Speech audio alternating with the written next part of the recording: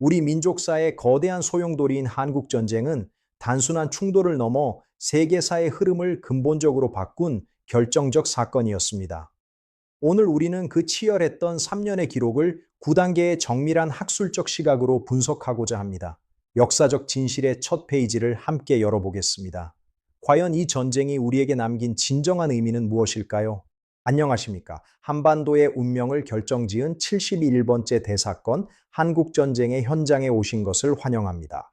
1950년 그날의 총성이 울리기 전 이 땅에는 어떤 전조가 있었을까요? 이제부터 9단계의 학술적 시각으로 전쟁의 참혹함과 그 이면의 진실을 낱낱이 파헤쳐 보겠습니다.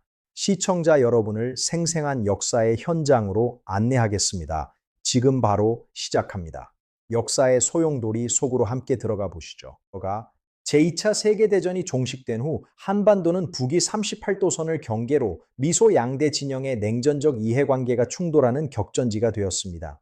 해방의 기쁨도 잠시 우리 민족은 의사와 무관한 분단이라는 참혹한 현실에 직면하게 되었습니다. 당시 인구 3천만 명의 한반도는 지정학적으로 대륙 세력과 해양 세력이 맞부딪히는 전략적 요충지였습니다. 정치적 대립은 매일같이 시위와 유혈 사태로 이어졌습니다. 당시 한반도의 인구 대다수는 농촌에 거주하며 평화로운 일상을 보내고 있었습니다. 하지만 해방의 기쁨도 잠시 38선을 경계로 드리워진 냉전의 그림자는 조용히 이들의 삶을 파고들기 시작했습니다. 마을의 고요함 속에는 앞으로 다가올 거대한 폭풍에 대한 불안감이 서서히 자리 잡고 있었습니다. 역사의 수레바퀴는 멈추지 않고 돌아가고 있었습니다. 도시의 광장은 연일 계속되는 정치 집회와 시위로 몸살을 앓았습니다. 좌우 이념의 대립은 단순한 말다툼을 넘어 물리적 충돌로 이어졌고 민족의 미래를 걱정하는 목소리는 광장을 가득 메웠습니다. 수만 명의 군중이 든 깃발은 한반도가 처한 복잡한 지정학적 운명을 상징하듯 펄럭이고 있었습니다. 사회적 혼란은 극에 달했습니다. 정치적 지도자들 간의 협상은 밤낮을 가리지 않고 이어졌으나 미소 공동위원회의 결렬과 이념적 장벽은 좀처럼 좁혀지지 않았습니다. 담배 연기 자욱한 회의실에서 오고 가는 날카로운 설전은 민족의 분단이라는 비극적 시나리오를 고착화시키고 있었습니다. 기록에 따르면 당시 합의에 이른 안건보다 결렬된 안건이 압도적으로 많았습니다. 진실은 안개 속에 있었습니다. 1945년 8월 15일 해방 이후 한반도는 냉전의 최전선이 되었습니다. 북위 38도선을 경계로 이념의 장벽이 세워졌으며 남북 간의 국지적 무력 충돌은 매일같이 이어졌습니다. 당시 인구 3천만 명의 운명은 강대국들의 이해관계에 따라 요동쳤습니다. 민족의 염원인 통일정부 수립은 냉전의 거센 파도에 밀려 점차 멀어져만 갔습니다. 사회적 불안은 극에 달해 있었습니다. 그 시각 북한에서는 소련의 전폭적인 지원 아래 대규모 군사훈련이 비밀리에 진행되고 있었습니다. 숲속에서 반복되는 실전훈련은 단순한 방어용을 넘어 철저한 남침 계획의 일환이었습니다. 병사들의 날카로운 눈빛과 소련제 무기는 이미 전쟁 준비가 완료되었음을 시사하고 있었습니다. 평화라는 이름의 가면 뒤에서 전쟁의 칼날은 갈리고 있었습니다. 준비는 치밀했습니다. 어둠을 틈타 38선 인근으로 이동하는 북한군의 군수물자 행렬은 소리 없는 위협이었습니다. 전조등을 끈 채 이동하는 수천 대의 트럭과 장비들은 기습 남침의 성공을 위해 철저히 은폐되었습니다. 달빛 아래 비친 차가운 금속의 질감은 곧 닥쳐올 참혹한 살상을 예고하는 듯했습니다. 정보당국은 이러한 움직임을 포착하고도 그 규모와 의도를 정확히 파악하지 못했습니다. 침묵의 진군이었습니다. 최전방 보급기지에서는 탄약과 식량을 실어 나르는 작업이 쉴 새 없이 계속되었습니다. 전쟁 발발 직전 북한군이 비축한 탄약 규모는 초기 공세를 한 달 이상 지속할 수 있는 막대한 양이었습니다. 손전등 불빛 아래 분주하게 움직이는 병사들의 모습에서 평화로운 일요일 새벽의 비극은 이미 예견되어 있었습니다. 수치는 거짓말을 하지 않았습니다. 모든 준비는 6월 25일을 향하고 있었습니다. 1950년 6월 25일 새벽 4시 북한군은 소련제 T-34 탱크 242대를 앞세워 전면적인 기습 남침을 감행했습니다. 대비가 부족했던 국군은 불과 3일 만에 수도 서울을 내어주고 남으로 후퇴해야 했습니다. 전쟁의 포성은 평화롭던 주일 아침을 피로 물들였으며 전국토는 순식간에 아수라장으로 변해버렸습니다. 이것은 인류 역사상 가장 참혹한 동족상잔의 시작이었습니다. 1950년 6월 25일 새벽 4시 38도선 전역에 걸쳐 수천 발의 포탄이 일제히 불을 뿜었습니다. 오렌지빛 폭발음과 함께 평화로운 새벽 하늘은 거대한 연기와 화염으로 뒤덮였습니다. 대비하지 못한 국군 진지는 순식간에 초토화되었고 병사들은 빗발치는 포탄 속에서 생존을 위한 처절한 사투를 시작했습니다. 이것은 단순히 국지전이 아닌 한반도 전체를 삼킬 거대한 전쟁의 서막이었습니다. 지옥이 열렸습니다. 밀려오는 북한군의 징역을 늦추기 위해 단행된 한강 철교 폭파는 전쟁의 비극성을 여실히 보여주는 사건이었습니다. 다리를 건너던 수많은 피난민들이 희생되었으며 수도권 시민들은 퇴로가 끊긴 채 공포에 떨어야 했습니다.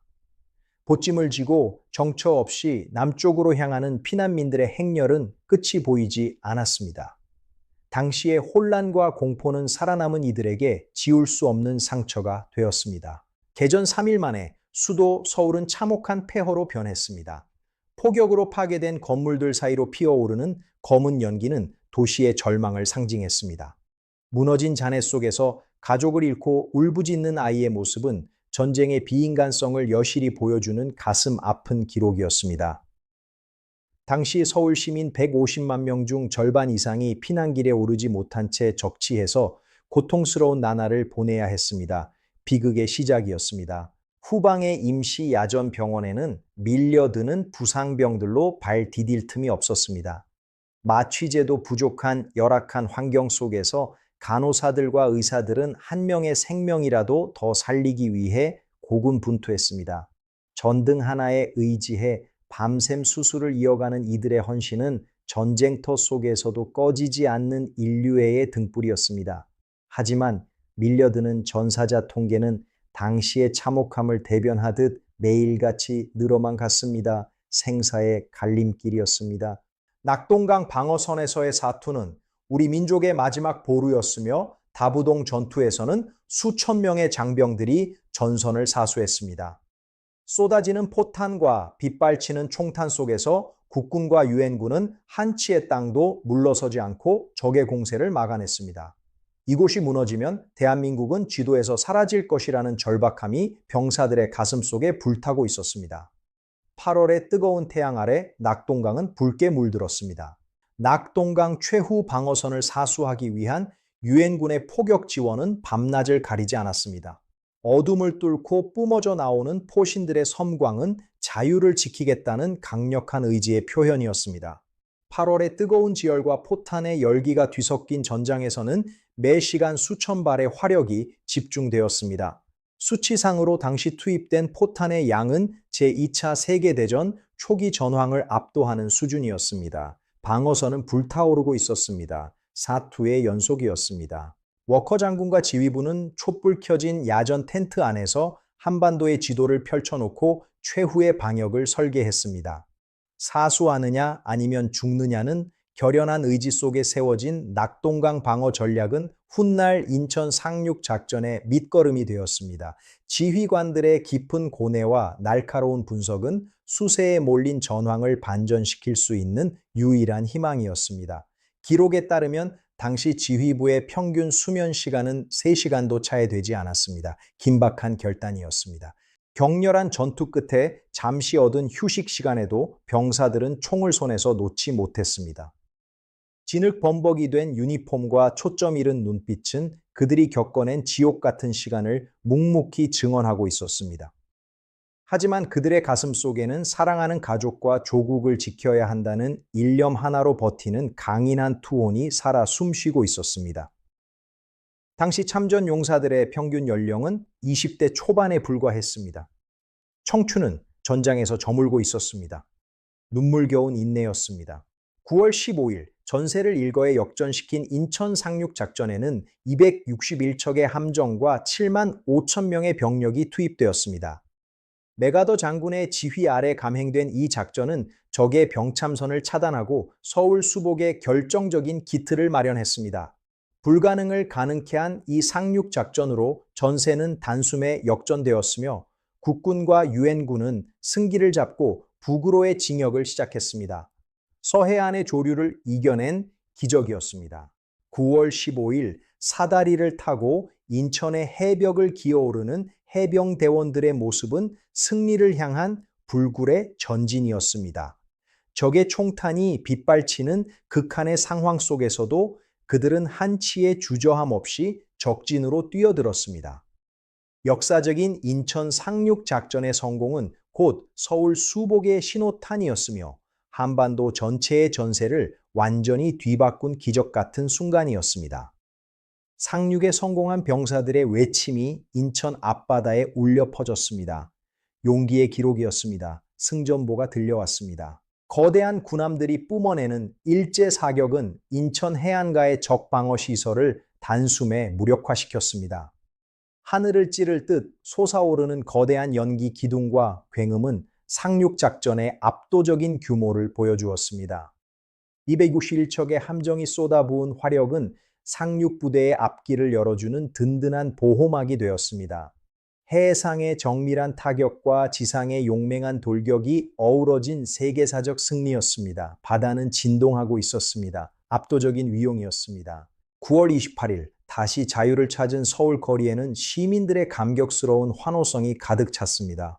국군과 유엔군을 얼싸안고 눈물을 흘리는 시민들의 모습에서 90일간의 암흑 같았던 적치하의 고통이 씻겨 내려갔습니다.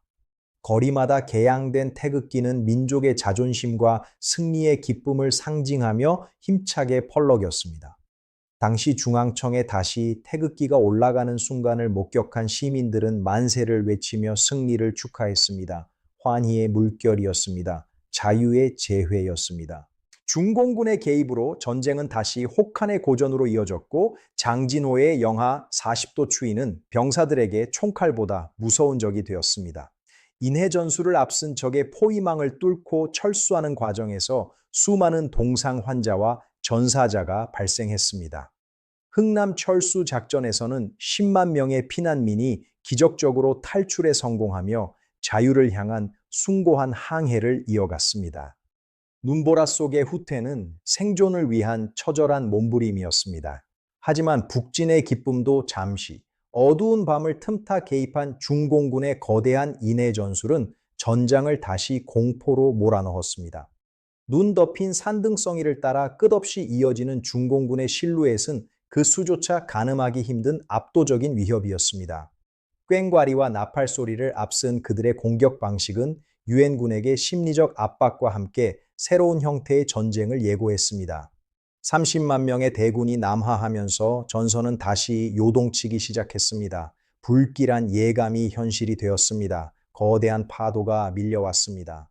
휴전까지 이어진 2년의 고지전은 단 1m의 땅을 위해 수만 명의 생명을 앗아갔습니다. 백마고지 전투에서는 단 열흘 동안 고지의 주인이 24번이나 바뀌는 믿기 힘든 광경이 연출되었습니다. 쏟아진 포탄 수만 해도 20만 발이 넘어 산의 높이가 낮아질 정도의 엄청난 화력이 집중되었습니다. 흙 한 줌에 피가 섞이지 않은 곳이 없었으며 젊은 영혼들은 이름 없는 고지 위에서 산화해갔습니다. 전선은 교착되었습니다. 전선이 고착된 참호 속에서 병사들은 희미한 촛불 하나에 의지해 고향의 가족에게 안부를 전했습니다. 언제 끝날지 모르는 전쟁의 공포와 고독 속에서도 종이에 꾹꾹 눌러 쓴 글자들은 그들이 버틸 수 있게 해주는 유일한 힘이었습니다. 편지에는 살아서 돌아가겠다는 약속과 가족에 대한 그리움이 눈물과 함께 배어 있었습니다. 당시 검열을 거쳐 전달된 수만 통의 편지들은 오늘날 우리가 기억해야 할 가장 인간적인 역사적 증거입니다. 간절한 염원이었습니다. 그리움의 기록이었습니다. 1953년 7월 27일 마침내 판문점에서 정전협정이 체결되었습니다. 전쟁은 끝났으나 300만 명의 인명피해와 천만 명의 이산 가족이라는 깊은 상처를 남겼습니다. 철조망이 그어진 비무장지대는 민족 분단의 아픈 상징이 되었으며 잠정적인 평화 상태가 시작되었습니다. 하지만 이것은 완전한 종결이 아닌 미완의 과제로 남게 되었습니다. 수천 년 역사를 이어온 공동체는 허리가 잘린 채 오늘에 이르렀습니다. 정전협정 이후 그어진 철조망은 수많은 가족의 생이별이라는 잔인한 현실을 낳았습니다. 북녘 땅을 지척에 두고도 갈 수 없는 실향민들의 애끓는 통곡은 한반도 분단의 가장 아픈 단면입니다. 노을 지는 철책 너머를 하염없이 바라보는 그들의 눈빛에는 70년 세월이 흘러도 지워지지 않는 그리움과 아픔이 서려 있습니다. 이산가족 상봉이라는 이름의 기약 없는 기다림은 지금 이 순간에도 현재 진행형인 비극입니다. 단절의 상처였습니다. 끝없는 기다림입니다. 우리는 폐허 속에서 한강의 기적을 일궈냈으며 오늘날의 번영을 이룩했습니다. 폐허가 된 땅에서 시작된 재건의 노력은 세계를 놀라게 한 눈부신 경제 발전으로 이어졌습니다. 경제 대국으로 도약한 대한민국의 저력은 전 세계에 큰 울림을 주었으며 평화를 향한 의지는 더욱 굳건해졌습니다. 전쟁의 비극을 딛고 일궈낸 자유와 번영의 가치는 이제 다음 세대가 소중히 지켜나가야 할 위대한 유산입니다. 역사의 등불은 꺼지지 않았습니다. 폐허가 된 땅 위에서 다시 일어서려는 우리 민족의 노력은 위대했습니다. 끊어진 다리를 잇고 무너진 건물을 다시 세우는 노동자들의 땀방울 속에는 희망이라는 새로운 에너지가 꿈틀거리고 있었습니다. 용접의 불꽃은 어두웠던 과거를 태우고 밝은 미래를 건설하는 재건의 상징이 되었습니다. 1인당 국민소득 67달러의 최빈국에서 세계적인 산업 국가로 발돋움한 원동력은 바로 이 불굴의 의지였습니다. 재건의 불꽃이었습니다. 희망의 건설이었습니다. 오늘날 대한민국은 세계 최첨단의 기술력과 경제력을 자랑하는 국가로 우뚝 섰습니다. 한강을 가로지르는 고속열차와 현대적인 마천루들은 전쟁의 상처를 극복하고 이룩한 경이로운 성취의 결과물입니다. 우리가 누리는 이 풍요와 평화는 결코 당연한 것이 아니며 역사적 비극을 딛고 일어선 수많은 세대의 헌신이 있었기에 가능했습니다. 이제 우리는 이 번영의 유산을 평화로운 통일의 길로 이어가야 할 책무가 있습니다. 미래의 도약입니다. 번영의 한반도입니다. 지금까지 한국전쟁의 장대한 대서사실을 함께 살펴보았습니다. 우리가 누리는 평범한 일상이 얼마나 많은 이의 희생 위에 세워졌는지 다시 한번 생각해보는 시간이 되었기를 바랍니다.